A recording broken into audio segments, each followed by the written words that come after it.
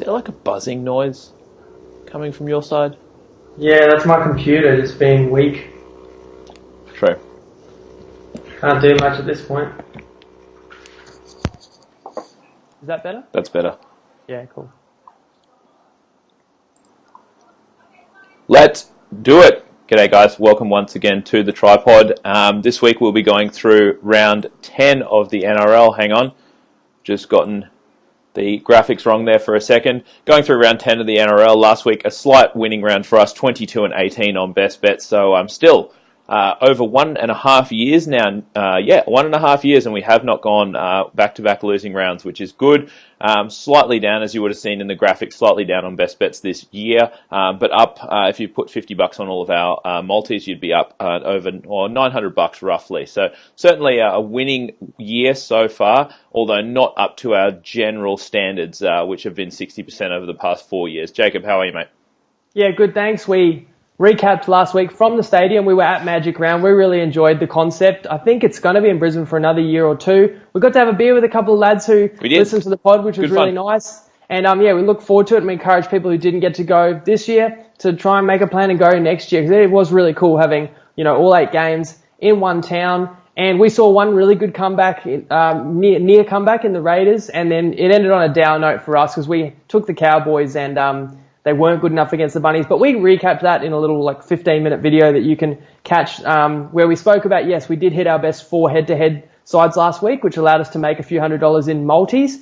But yeah, for the season, we're dead even. I think we're down $30 if you're betting $100 per best bet, and we've given out around 200. So we're treading water, which is not where we want to be, as you said. But considering we've had our worst ever round in 5 seasons and second worst ever round in the first 9, and we're still, pretty close to even, that's okay. We can definitely build on that. Yeah, definitely. On the quiet note, I do like this round. I like the look of this round, and we actually have plays on 7 of the 8 games this round.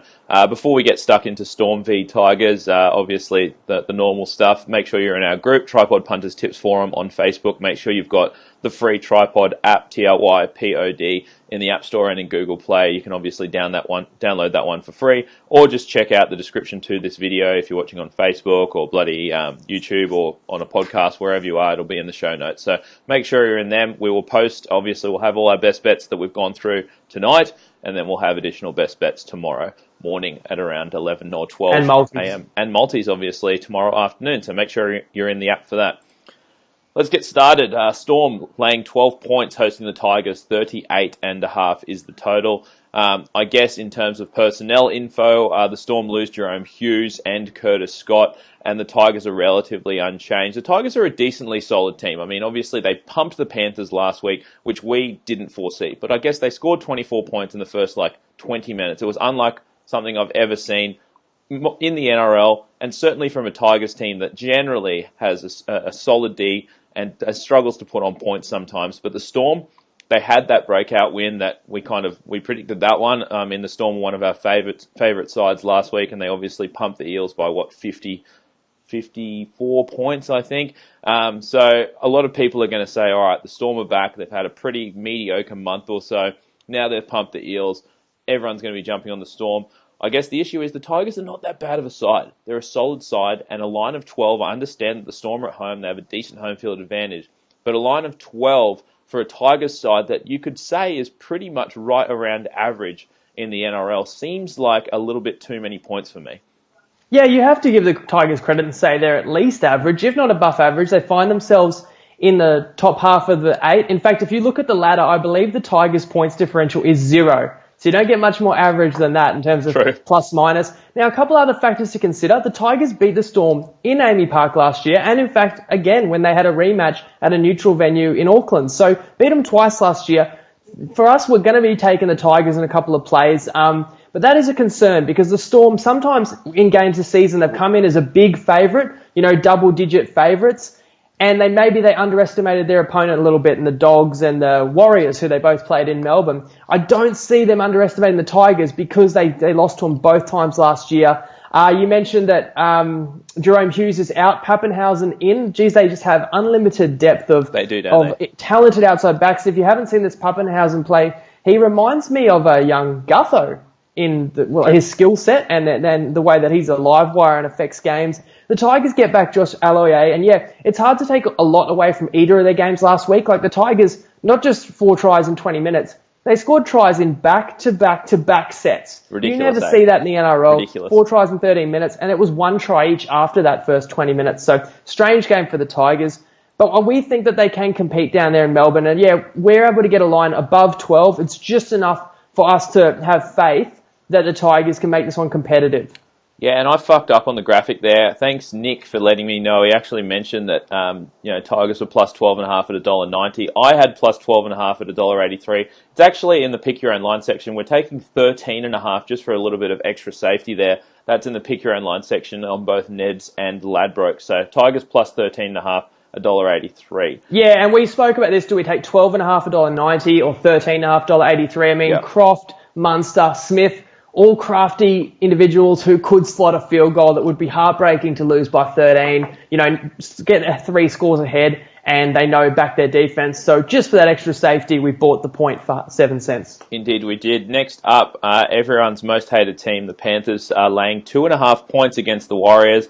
39.5 is the total. I know we've been on the Panthers probably too many times this year, and I know that the first time that we go against them will probably be the time where the Panthers absolutely show up and blow out the Warriors by 20 points. But I do think we have to take the Warriors here. You just look at these two teams on paper. I understand the Panthers get back Dylan Edwards, they get back Wonga Blake, but Mansour and Regan Campbell-Gillard are out. And really, let's look at these two teams. Panthers, yes, they have 2 wins. I know that they came into the season with high hopes, top 4 potential, top 2 potential even, some people were saying. They've got 2 wins and 7 losses after 9 rounds. The Warriors aren't that much better, though. They're only on 3 wins. But I do think at this time of the season, the Warriors still definitely believe that they can make the 8, whereas the Panthers probably still do. But at 2 wins, there is a chance that they've just completely given up on the season, and they certainly have been playing that way. So it's like, if I take the Panthers, I know that they have a more talented roster. I'm kind of hoping that they show up. Whereas I do really, really believe that the Warriors do show up in this one. We're getting plus 2.5, or as you see on the screen, we're getting a few other great bets there as well. But this line is basically saying that these two teams are even. I think you could certainly make that argument, but I think that I have more trust that the Warriors actually show up in this one. Yeah, if you want to say the two teams are equally matched on talent, because I don't think you can say Penrith has more talent, especially when they've dropped a couple of, former rep players this week, and they both play hard and Penrith are at home, then you can justify the line being 2.5. But this Panthers team may just be a shambles. We already spoke about what they served up last week, and we've been there too many times with this side saying, this will be the week, this is kitchen sink, they will put their best effort in. You'd expect that again this week, but it didn't happen in other games when they should have had their best effort. For the Warriors, that's actually a side that's performing more consistently, and we spoke about how they had a run of, a 3 or 4 game losing streak where they were very unlucky, about 3 straight games. And last week, a great fight back, and Nikorima slotted in well there. RTS is still in as great touch as just about any player in the NRL. I like the Warriors team, and yeah, we're just getting probably just a bit too much value in the market. It's the X factor is, who's going to show up. True. But even if it's evenly matched, we've got decent bets, and there's always that chance Penrith no-shows again, and then we get one of our easiest games of the round. Yeah, definitely. And we've got 5 plays so far on this one. We've got Warriors winning at halftime or full-time. That one's $1.80 on Sportsbet. We've got the Warriors plus 2.5 points for the game. That's $1.91 on Bet365. The beauty about that one is if it does happen to go to overtime or extra time, you win that bet automatically, even if they lose in extra time. We've taken the Warriors plus half a try. That one is $1.87 on Bet365. We've taken the Warriors team total over 16.5 points. That one is $1.80 on Bet365. We'll also take the Warriors team total over 6.5 points in the first half.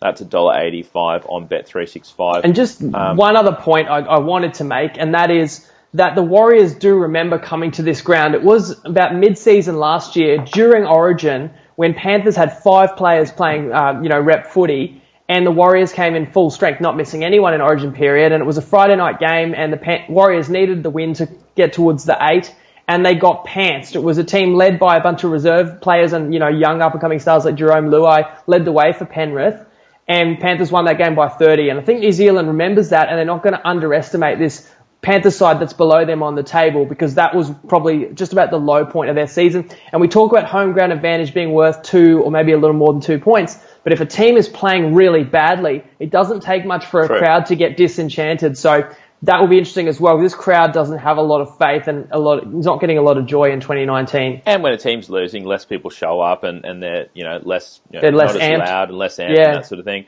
Got one question coming in from Darby. Where do you find the plus half a try on Bet365? Look, it's either under the score market or the team market. You do have to scroll right to the bottom and you'll see a market that says team to score the most tries line. It'll be that one and just take the plus. Yeah, I think it's under score markets. Maybe it's under the score market. Yeah, it's one of those two. It's right down the bottom, team to score the most tries line. Next up, we got the Broncos plus 6 points against the Roosters. 41.5 is the total. I had to twist Jacob's arm to take the Broncos here, but they're actually, once again, last week the Broncos and Storm were my two favourite sides of the week. This week, the Broncos are once again my favourite side of the week. I know I'm going to cop a lot of shit for this. Roosters are the best team in the comp, let's be fair, but they're missing Boyd Cordner from a concussion. Latrell Mitchell, is named, but how healthy he is certainly questionable there. Obviously left the game, came back, and he's probably not going to be 100% here. I know people have heaped shit on the Broncos all year long. They get the confidence-boosting win they need last week, albeit against a pretty decimated Manly side. But to be, down 6 points early and come back and win by 16, it is a decent effort by the Broncos. Broncos do have one of the stronger home field advantages in the comp, and I get that the Roosters, yes, they're better than the Broncos, but if we I still think the Broncos home field is worth 3.5 points. Are we really saying that the Roosters are 9.5 points better than the Broncos? I don't think so. I think they show up here. I think they can get into an arm wrestle, and I do really like the plays that we do have, especially the under as well. When you get two teams that really, really need the win, I know Roosters obviously not really because they're top of the table, but to lock up, to go towards that number one seed. And the Broncos certainly need this one. And at home, I think that they do show up.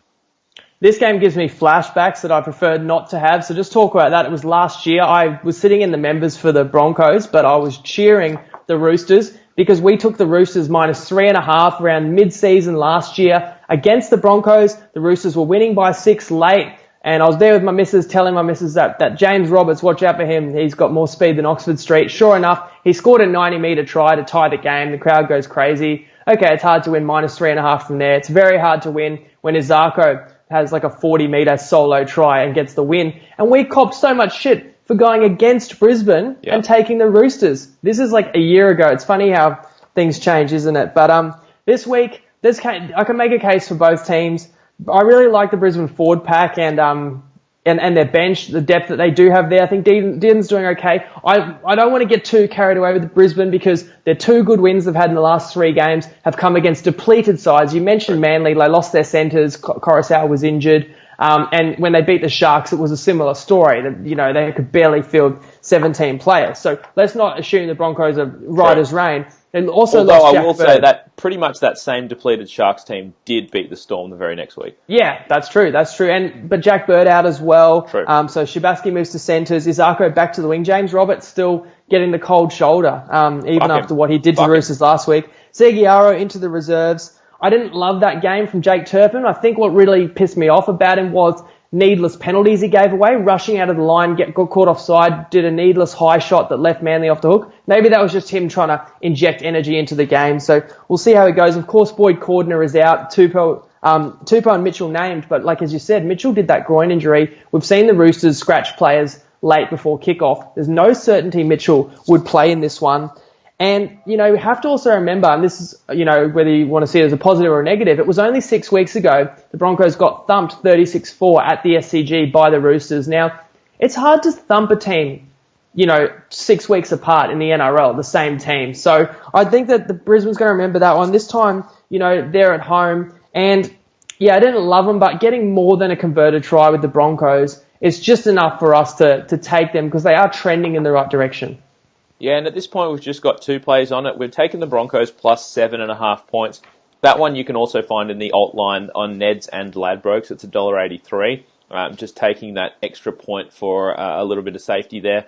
And we're also going to take under 7.5 tries. You can find that one at $1.83 in the Sportsbet alt total tries market.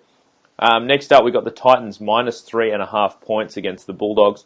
39.5 is the total. I lied at the start of this pod. I said we have plays on 7 out of the 8 games. We actually only have plays on 6 out of the 8 games because we haven't taken any on the Titans yet, but it is definitely the side that we're looking to take. The Titans are at home.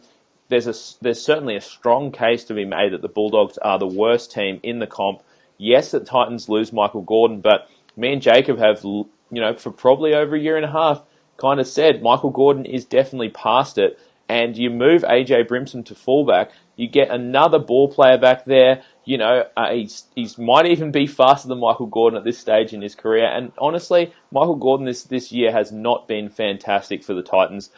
You get Tyrone Roberts back, so you have your halves intact. And this is just, I guess, a simple power ratings play.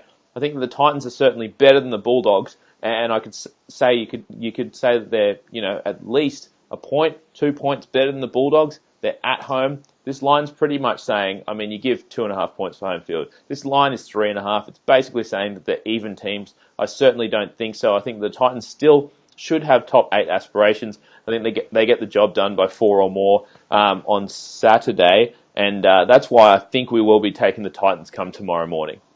Yeah, and we were on the Titans last week. We had +4, I think. Yeah. Yes. Against Cronulla, and they're down 2. After they gave away the most stupid penalty you ever see, Tyrone Peachey. Peachey had a fucking brain explosion. It shows not all 17 players on the same page, because you don't give away a blatant penalty in a tied game with 6 minutes left if you really are desperate to win. And the only reason the Titans didn't beat the Sharks last week is they weren't as desperate, because Fafita went off with a hammy injury, Pryor went off injured. We already know that the Sharks are, decimated as it is. The Titans were up 8. They blew the game, and it really makes me question what this squad's about and their desire to win. And Garth Brennan's saying, I think they do want to win, but they show it in funny ways. I'm really sick to death of this Titans team, and yet they are the side in this one. I think that'll improve the back line. Obviously, Roberts back in, but Brimson, is the better option, as you touched on. For the Bulldogs, they're swapping Foran and Cogger in the halves. Look, Foran looked all right in his return, but he's still so immobile. He really does struggle. And that Ponga try late, not that Ponga's easy to tackle, but the minute he saw Foran was in front of him, he said, I'll have him for breakfast. He can't move laterally really well at all, even though he scored a try, which was disallowed. He's not the same player he used to be. We spoke about that. They get Harawira Naira and Martin back, but they lose Adam Elliott as well. The Dogs, they're just a limited side. And I do just think, that in a daytime game, I kind of like the Titans' halves play and backline a little bit more. At home, it should be too good for the Dogs. Another thing is the Dogs were down 16-0, and if they don't take that intercept try by Remus Smith and pull the game back to 16-6, it could have been quite a different story last week too. So we will lean the Titans. There's just no markets right now that we thought a screaming value that we wouldn't get tomorrow. Yeah, fair enough. Because, essentially the market is 3.5 everywhere, so we figure we'll be able to get that tomorrow morning. Generally, the only plays that we take live on the pod are ones that we think will probably not be there tomorrow. That's why, obviously, we release some tonight and then most of them tomorrow. Next up, we got the Cowboys minus 2.5 points hosting the Eels. 41.5 is the total. I've been high on the Cowboys basically all year. Maybe it's been too long, to be honest. I came into the season and I really did think this Cowboys side would lift. I thought that they would make the top 8, and I thought they had a chance to make the top 4. I was wrong. This Cowboys side is not that great. It is a below-average team for sure. On the flip side, I was right about the Eels, bar last week. I came into this season saying that the Eels had the worst season ever last year, and everyone's going to be down on them, and it is going to be a bet on team for me. They put in every single game. I know that they got blown out last week, but you look at just their body of work throughout the first 9 weeks of the season, this Eels team has been solid, and they do play for a full 80 minutes. And I think they're going to do the same thing here. This line is essentially telling us that these two are even teams. I understand that, I don't think that you can make the argument at this point in the season through 9 weeks. I think that the Eels have shown through the first 9 seasons that they are the better team than the Cowboys. Cowboys coming off a pretty bad loss. We had chances there to win a few more of our bets against the Rabbits, couldn't take them.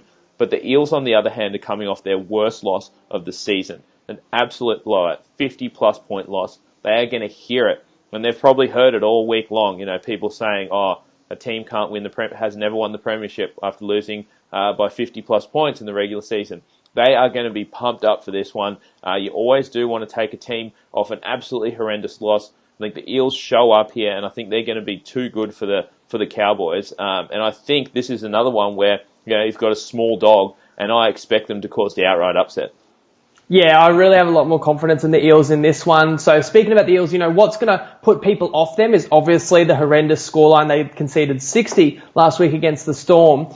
But, we saw that the Eels themselves actually won or put 50 on the Tigers on Easter Monday. The Tigers have had 2 double-digit wins since then. So don't be scared off by, that kind of scoreline, because any team can just have a shocking day at the office. And a Melbourne Storm, with their kind of talent and athletes they have, are the kind of side that can run up a score on you. So we're going to forgive that one, because overall the Eels have been a much more spirited side this year.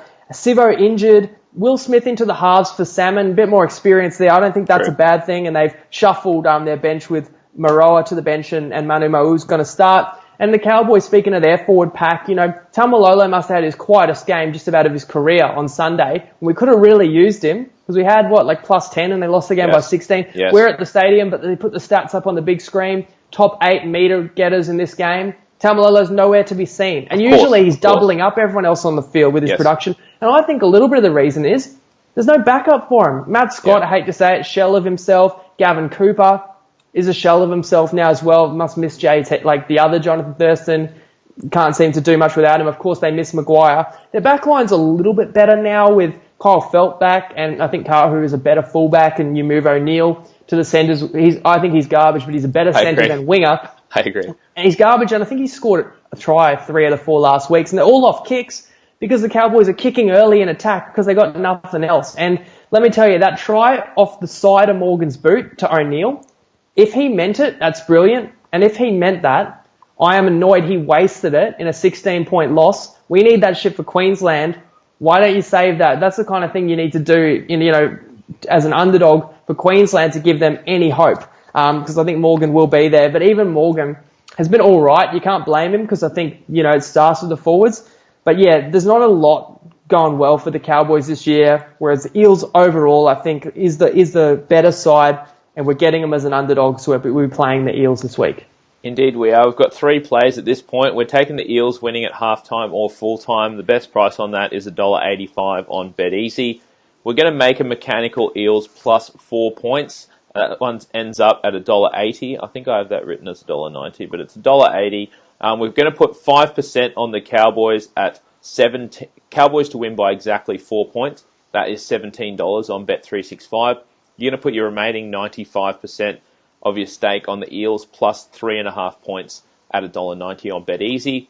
And once again, we're also going to take the Eels plus half a try. That is $1.95 on Bet365. Shout out to Raw and Toy. He just mentioned with the Eels game, that Eels winning at halftime, full-time got smashed down to $1.70 within seconds. He mentioned that it's still $1.80 on Sportsbet. So, you're going to need that information for the next few games, possibly.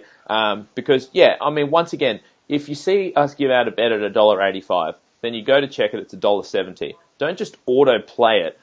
Make sure you look around and see where else you can grab that, and if there is a better price. $1.85 on BetEasy, $1.80 on Sportsbet. Both of them are still a great bet, in my opinion.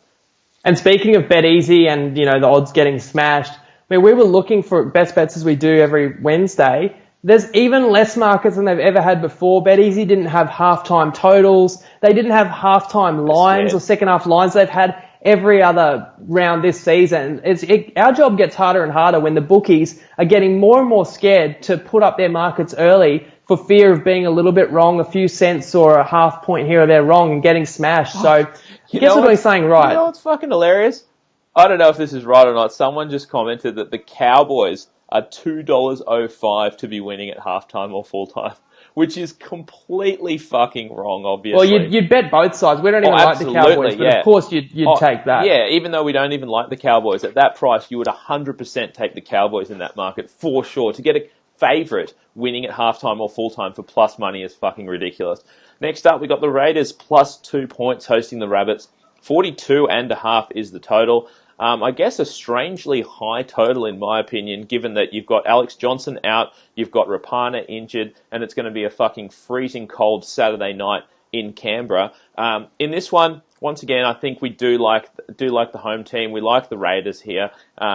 Understandably, people will be upset. The Rabbitohs have been arguably the form team of the comp, apart from the Roosters. You could argue that the Rabbits have been playing the second best football over the last month or so behind the Roosters, and that's probably fair enough.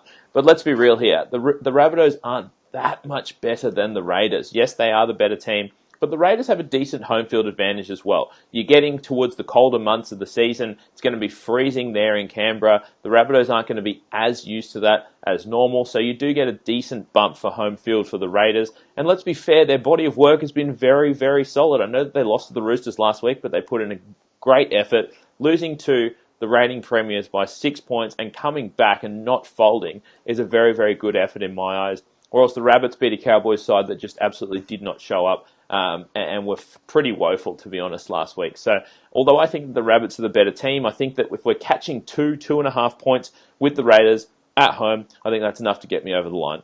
Yep. Now, I'll talk about the Raiders game, but I actually think that that's worth making a best bet and highlighting to people. Did you check? Did you check it? I just checked that market. So this is Cowboys Eels. So you could even type this out now. You could try. We could work with our technology. I don't know if you can flick back to last game's stats. But someone at BetEasy who's controlling this market of winning half-time or full-time has shat themselves and is giving $2.05 on the favourite. And we don't even particularly like the Cowboys.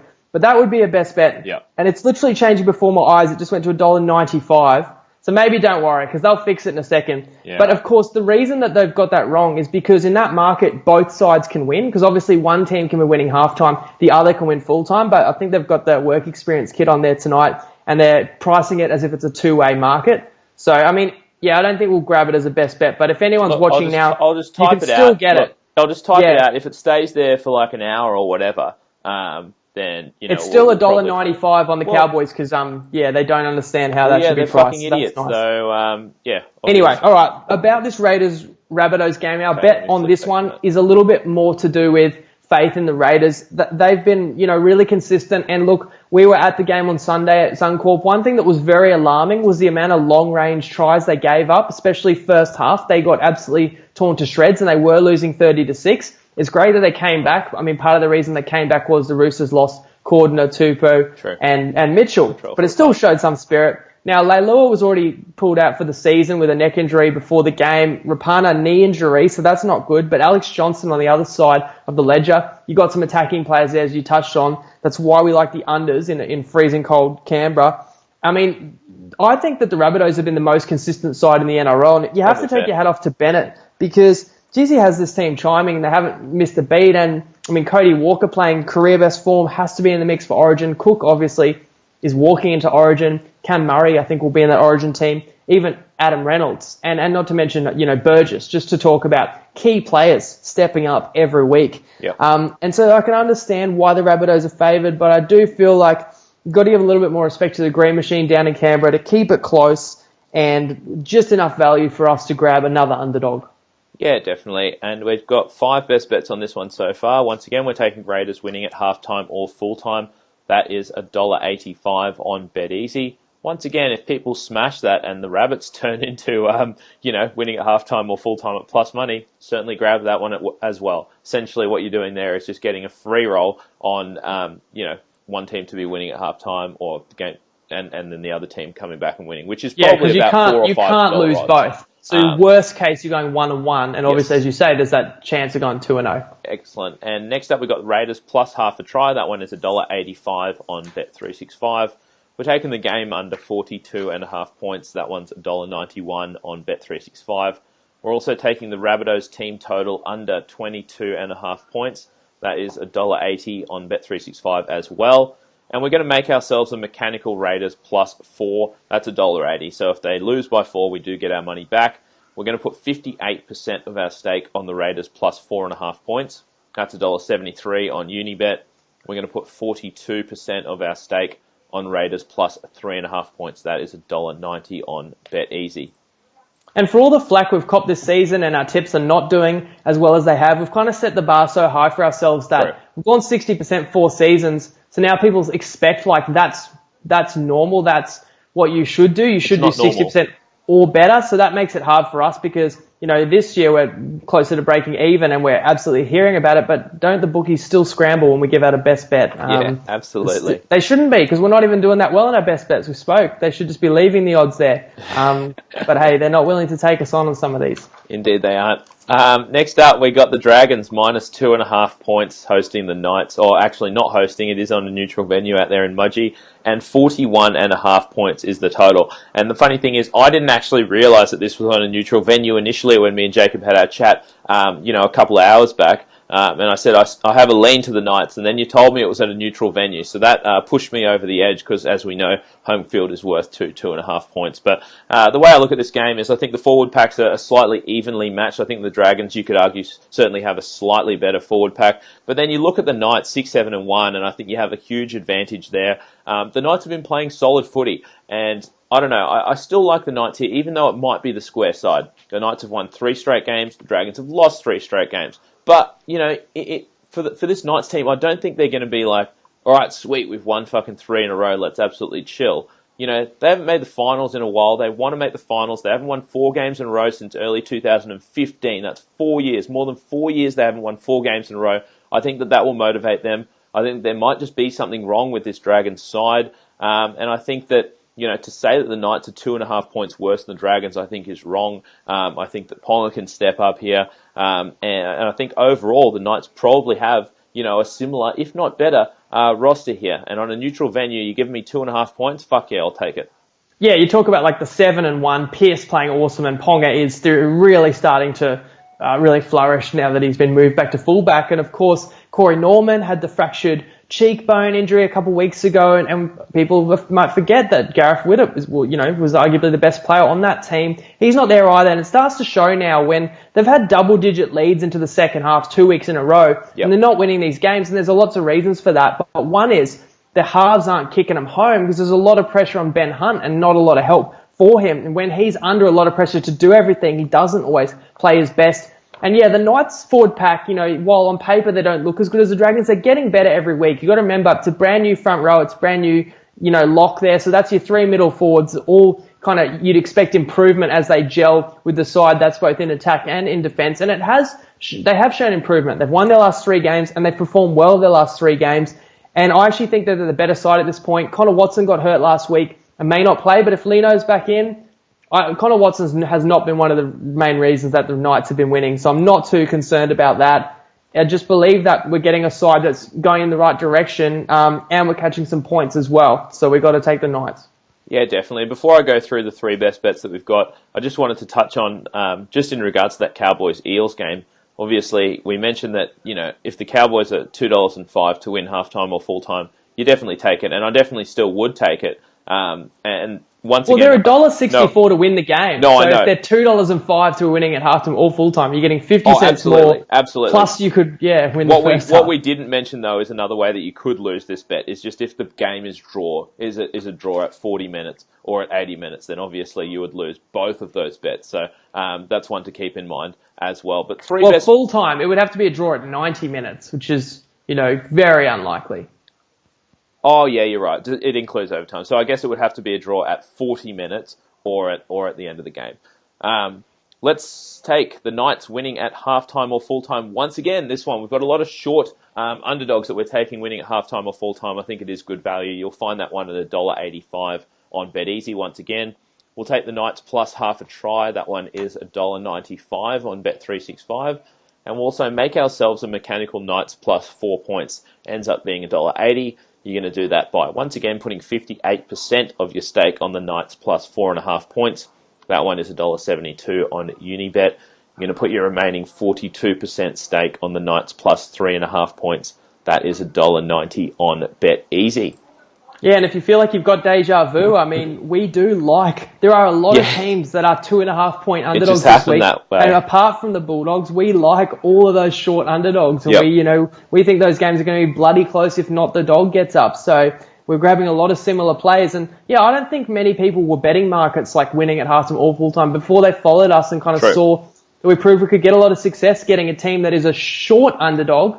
And obviously you're a little bit less than 50-50 chance to win it in the first half. Then you get that second bite of the cherry in the second half. Overall, we think that can win at 60% when you pick the right underdogs. Oh, definitely. Yeah, absolutely. I mean, some of these underdogs are $2.05, $2.10, and we're getting $1.85 winning at halftime or full time. That is absolutely a better bet. Last game of the round, we got the Sharkies minus 4.5 points hosting Manly. 41.5 points is the total. I guess Manly get back a few troops for this one. Dylan Walker is playing his first game back in a long, long time.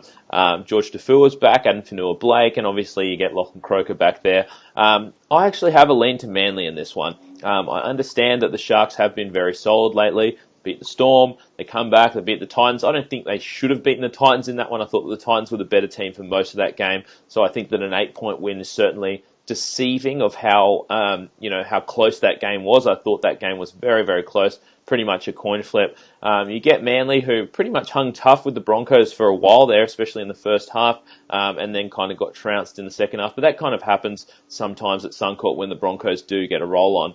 I understand that Manly is still missing Tommy Turbo, they're still missing Cherry Evans, but they have been playing fairly well. The Sharks are down on troops as well, and I just think, a Sydney team playing a Sydney team, I don't think I can give the Sharks a full 2.5 points for home field. Yes, Manly are worse than the Sharks, but whether they're, 2.5, 3 points worse than the Sharks, I don't know. I think they've been putting in fairly well. So, gun to my head, I would take Manly, but the fact is the line's 4.5 now. I'm seeing it leak to 5.5, and even some places are getting closer and closer to a 6. So I think this is the time where I think I would wait, seeing as Manly got blown out last week and the Sharks got a win in prime time on Thursday night. I think that I might be able to catch a 6 or even a 6.5 closer to game time. Yeah, you just about have a rep 13 if you listed all the players that are out or injured for both these sides. They're both really beat up and they're probably both relieved that they're playing each other. And then neither of these sides are teams I really want to be on because of that mounting injury toll. And even though the Sharks are obviously making do and still getting great results, and, I've got a bit of a conundrum with the Sharks. They're really spirited, really gritty, that fight to the death, and they've pulled wins out of the fire they probably shouldn't have. That's a team you want to bet on. But as we saw with Manly, they were kind of playing that same style of they were just outwilling their opponent. But the injury toll does eventually mount, and it kind of fell apart against the Broncos because they didn't have enough bodies. And while they get 4 first graders back into the team, Moses Sully had the dislocated or compound fracture in the hand there. Sipley's out as well. Coruscant calf injury may not play. And Brad Parker was also so injured he couldn't finish the game last week. So they're not completely going to be reinforced this week. He's actually been a lot better in the last month of footy. I'll give credit to Brad Parker. No, he's only good when you bet against Manly. Whereas for the Sharkies, their side looks quite good on paper and they've been getting the results, but just be careful. Like Fafita couldn't continue his game last week because of the hammy, and Pryor had the shoulder injury, couldn't play on. They are no certainties to be playing either, so a lot of uncertainty around the game. And you mentioned that this line might be moving towards 6, so if you like Manly, you'd wait. Well, if you like the Sharks, I don't know if you want to jump on at minus 4.5 now, and then, as I said, you find out in a day or two that Fafita actually can't go because it's meant to be his 200th game. I know he wants to play, and they want to sell tickets for it. But if his hammy's no good to go, they don't want to risk him. So there's a lot of unknown, and neither team really jumps out at me in this one. Both these sides are going to be quite formidable when they do get their rep players back. But in the meantime, it's a little bit more unpredictable, I suppose. So we don't have a best bet for now. Yep, no best bets on the last game of the round. That'll do it, guys. That'll wrap it for round 10. Obviously, these are just our initial plays, and there may or may not be more coming tomorrow at around lunchtime. So make sure there'll be more. There will be more. Yeah, there'll definitely be more. Actually, there's been more every week. So make sure you're in the Tripod app. I really have a good feeling about this week. I really like most of the games, and it's not often that we can say that. There's some weeks where you really like the slate, and there's certainly some weeks where you don't. So make sure you're in our group. Just click the description to this video. There's a link there. Or if you're watching on YouTube or listening to it on the podcast, you'll find it in the show notes. Likewise, if you want to download the app, make sure you're in there as well. Lots of other good tips in the app too. Horse racing, all sorts of shit going on now. NBA playoffs, baseball started up again, ice hockey finals, all that sort of stuff. So you can find all that in the group and in the app. Anything else you want to add, Jacob? Or let's get out of here. Cowboys winning half time or full time, now down to $1.45. So this is us yelling out. Fucking When it was idiots. $2.05, it's a great bet. It's $1.45. It's not a good bet. One other point though. That market was $1.45 for the Cowboys and $1.85 for the Eels. We took the Eels at $1.85 for a best bet. They smash it down 15 cents, and they haven't raised the price on the other side. Now, come on, bookies are thieves, and they do dirty shit like that where they just smash the odds down on one side, and at least if you're going to do that, raise them up on the other side, and don't be afraid to take a bet on the other side. Really, they'll do the punter dirty, so this is why we work so hard to try and get one back on them when we can. And I like this round. It's kind of going back to old traditional pod of taking a lot of underdogs, a lot of dirty dogs, and getting in there with the points. And hopefully a few close games this week will suit us perfectly to get back on track in 2019. Indeed, and if you happen to get on Cowboys winning at halftime or full time at $2.05 or $1.95, post it up in the comments. Would love to see if someone actually got on that one because that is hilarious. Suck a little dick, bet easy. All right, that'll do it for this week, guys. We'll catch you after the late game Sunday for a recap of round 10. Hopefully another winning round. We'll see you then. Cheers, lads.